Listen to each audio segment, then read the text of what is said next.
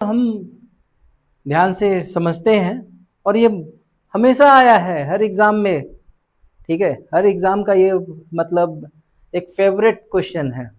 अगर परसेंटेज पूछा गया है तो परसेंटेज में ये क्वेश्चन आएगा, ठीक है। ये प्रश्न इस तरह से बता दिया कि किसी व्यक्ति की आय में 10% की प्रथम वर्ष या प्रथम माह में 10% की वृद्धि हुई। एक व्यापारी है, ठीक है, फेस्टिव सीजन आया तो उसका जो है इनकम 10% पहले बढ़ गया। ऑफ सीजन, ठीक है, सेकेंड मंथ में ऑफ सीजन रहा तो 10% घट गया। तो फाइनली ओवरऑल उसका इनकम कितना प्रतिशत बढ़ गया या घट गया, ये बताना होता है। In income of a person, 10% increased during the first month and 10 decreased by 10% in second month. Finally, what is final increment or decrement in the income of that person? ठीक है, उस व्यक्ति की आय में कितना प्रतिशत की वृद्धि या कमी हुई। तो ऐसे प्रश्न को सॉल्व करने के लिए हम देखते हैं क्या करेंगे। प्रश्न पर चलते हैं, सॉल्व करते हैं।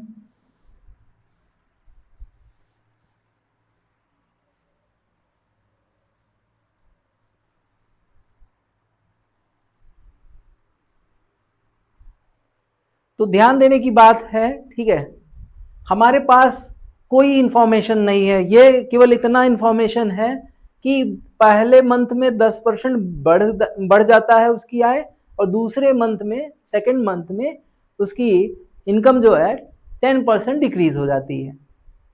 तो ओवरऑल उसकी इनकम कितने प्रतिशत बढ़ गई या घट गई ये बताना है, ठीक है। तो ऐसे प्रश्न को सॉल्व करने के लिए हम 100 एजम्पशन करके चलेंगे कि मान लेते हैं कि उसका इनकम फर्स्ट मंथ में, ठीक है, ओवरऑल उसका इनकम, इनिशियल इनकम उसका कितना है, इनिशियल यानी प्रारंभिक आय, प्रारंभिक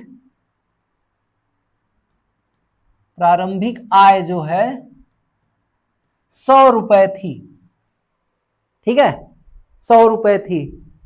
तो 10% वृद्धि, तो हम जैसा कि पिछली क्लासों में बता चुके हैं कि किसी भी नंबर का हमें परसेंट लेना है तो ऐसा समझिए, अगर लिखा है 3000 लिखा है, ठीक है, एग्जाम्पल है 3000 लिखा है, कह रहा है कि इसका 10% बताइए, तो 10% मतलब एक डिजिट पर डेसिमल लगा दीजिए, या जीरो है तो एक जीरो काट दीजिए, एक डिजिट पर डेसिमल, तो आपका, ठीक है, 10% कितना हो गया, 10 पर एक डिजिट पर डेसिमल तो आपका 300 हो गया। अगर 2 डिजिट पर डेसिमल लगा दिया तो क्या हो जाएगा 1%, 1% कितना है 2 डिजिट पर, तो ये आपका 30 रुपीज हो जाएगा। तो देखिए ये बहुत आसान, अब ये चीज थोड़ा सा याद रखने की जरूरत है, याद रखते हैं तो बहुत ही आसानी से क्वेश्चन चुटकियों में, सेकंडों में होता है। और ऐसे क्वेश्चन को अगर आप, ठीक है, मिनट खर्च कर रहे हैं तो डेफिनेटली आपकी तैयारी अगले चरण में जाने वाली है, ठीक है। तो ये कुछ बेसिक क्वेश्चन है, बहुत ही, ठीक है, आसानी से तुरंत निकलने वाली, ये हम कॉन्सेप्चुअल बेस बता रहे हैं और उसके हम कुछ ट्रिक भी बताएंगे। चलिए बात करते हैं। तो हम बात कर रहे हैं कि किसी भी संख्या का अगर हमें 10% लेना है तो उस संख्या के, ठीक है, में 1 डिजिट पर, एक अंक पर दशमलव ऐड कर दें, दशमलव डेसिमल ऐड कर दें, या अगर उसमें जीरोज हैं, ठीक है, जीरोज हैं तो आपको क्या करना है, एक जीरो काट दीजिए। 1% निकालना है तो 2 जीरो काट दीजिए। बात समझ रहे हैं, 1% और 10%, इसी का खेल है। 10%, क्योंकि ज्यादातर परसेंटेज पूछे जाते हैं वो 5 के टेबल में होते हैं, 5%, 10%, 15%, 5%, 10%, 15%, 25%, या कभी पूछा जाता है 4%, 3%, 2%, 6%। तो ऐसे में क्या है, आपको 1% आना चाहिए। 1% अगर पता हो गया तो 6%, तो 1% की वैल्यू से 6 में मल्टीप्लाई कर दीजिए तो तुरंत हो जाएगा। तो चलिए क्वेश्चन, ठीक है, तो ये बात हमें लगता है कि सबको समझ में आ गई होगी। बात हमने क्या बताया कि किसी भी संख्या का अगर 10% लेना है तो उसमें क्या करना है, एक डिजिट पर डेसिमल ऐड करना है या एक जीरो हटा देना है बस। जैसे अगर हम लिख दें 6500, ठीक है, 6500, इसका 10%, तो एक डिजिट पर डेसिमल ऐड किया, ये फिनिश 650, ठीक है। 1%, 1% कितना हो जाएगा, तो 2 डिजिट पर डेसिमल, 2 डिजिट पर डेसिमल, तो ये फिनिश यानी 65 रुपीज। तो ये हमें लगता है कि सबको समझ में आ गया होगा। चलिए ठीक है, तो हम प्रश्न पर चलते हैं। प्रश्न हमारा था कि पहले आय में 10% की वृद्धि हुई, प्रथम माह में, फर्स्ट मंथ में 10% की इंक्रीमेंट हुई और सेकेंड मंथ में 10% डिक्रीमेंट। फाइनली ओवरऑल उसके इनकम में कितना इंक्रीमेंट और डिक्रीमेंट हुआ, ये हमें बताना है। तो हम मान लेते हैं, ठीक है, we assume that his initial income is 100 rupees, 100 rupees, तो 10% वृद्धि हुआ, 10% 10% इंक्रीमेंट, तो 100 का 10%, एक जीरो हटाया तो 10 रुपया, 10 रुपया वृद्धि, वृद्धि मतलब इंक्रीमेंट, इंक्रीमेंट मतलब प्लस, तो 100 प्लस 10, ये हो गया आपका 110 रुपीज। पहले मंथ में, पहले उसका, ठीक है, शुरुआत में उसकी इनकम थी 100 रुपीज, 10% बढ़ गया, तो 10% बढ़ गया तो क्या हो गया इनकम 110 रुपीज, ठीक है।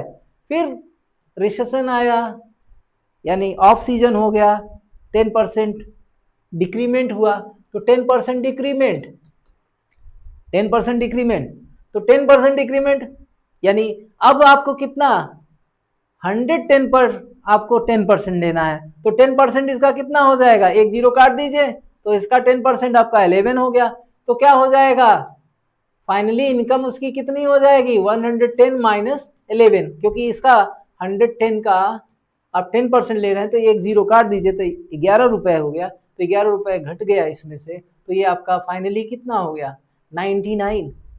तो आप देखिए, इनिशियली उसका इनकम था 100 और फाइनली उसका इनकम बच गया 99, तो बढ़ गया या घट गया, इंक्रीमेंट हुआ या डिक्रीमेंट।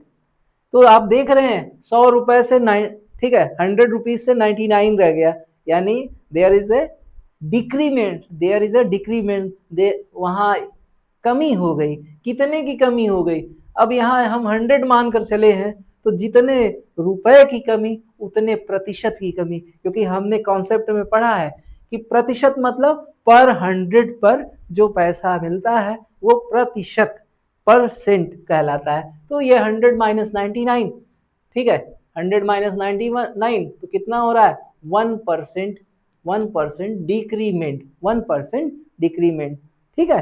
तो ये रहा कॉन्सेप्चुअल मेथड। और हम इसका एक कॉन्सेप्ट ही आपको लिखवा दे रहे हैं, या आप लिख लीजिए ऐसे कि यदि पहले माह में, ठीक है, जितना प्रतिशत बढ़ाया जाता है, x% बढ़ाया जाता है, फिर दूसरे मंथ में x% घटाया जाता है इनकम, तो ओवरऑल क्या होगा, अगर प्रतिशत समान है, समान दर से वृद्धि हो एक बार और फिर कमी हो, या उल्टा कहें पहले कमी हो फिर वृद्धि हो, तो इन दोनों कंडीशन में हमेशा हमेशा डिक्रीमेंट होता है, ठीक है, कम हो जाता है। जैसे इसको नोट लिख लीजिए, नोट लिख लेते हैं, चलिए नोट में हम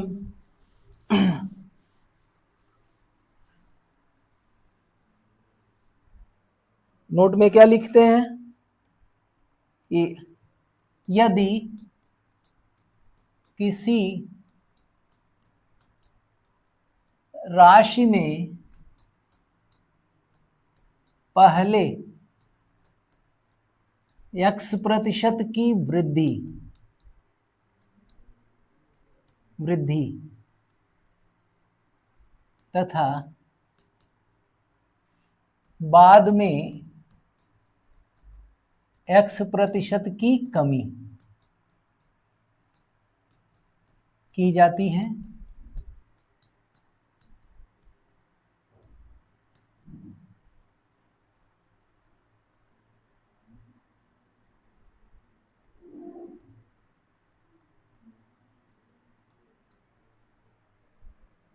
कमी की जाती है।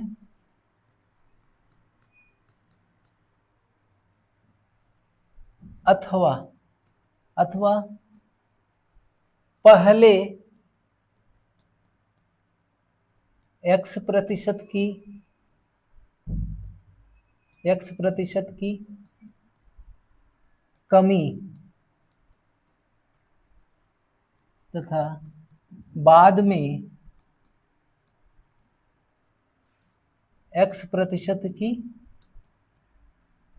वृद्धि की जाती है।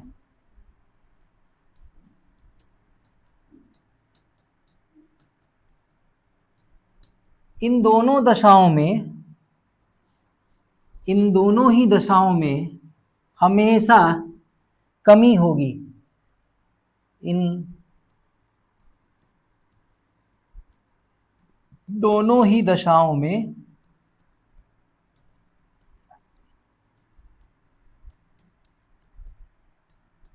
हमेशा कमी होगी और यह कमी x²/100%, इसको माइनस में याद रखिए कि कमी होगी। ठीक है, इंग्लिश में लिख सकते हैं, if A quantity first increased by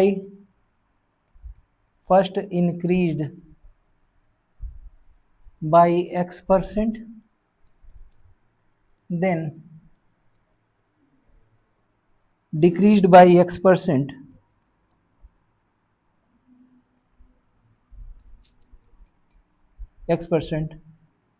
or first decreased by x%,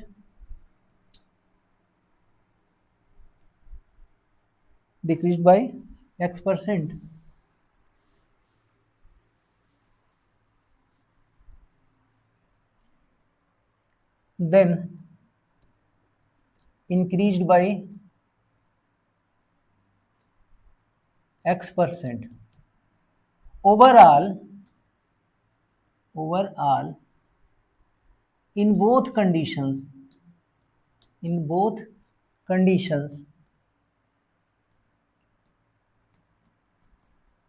there will be decrement. There will be